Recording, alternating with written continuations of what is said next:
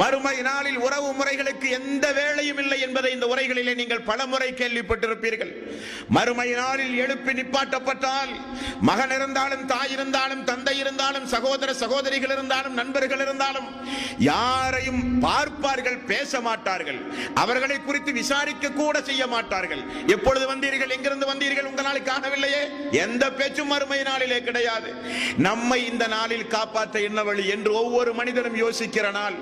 யோசிக்க வேண்டிய உலகத்தில் யோசிக்காமல் யோசனை பயனளிக்காத அந்த நாளில் போய் நின்று கொண்டு மனிதன் யோசிக்கிறான் என்றால் எவ்வளவு பெரிய கை சேதம்.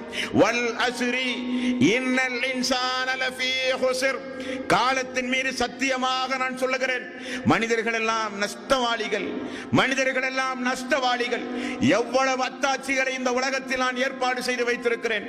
அந்த அத்தாட்சிகளை எல்லாம் பார்த்து உணர்ந்து சிந்தித்து நடப்பதற்கு பகரமாக உலகம்தான் பொருளாதாரம் தான் என்று இந்த உலக வாழ்வையே மையமாக வைத்து அழிந்து போகிற அற்பமான வாழ்வுக்காக வேண்டி மறுமை வாழ்வை மனிதன் இழக்கிறானே.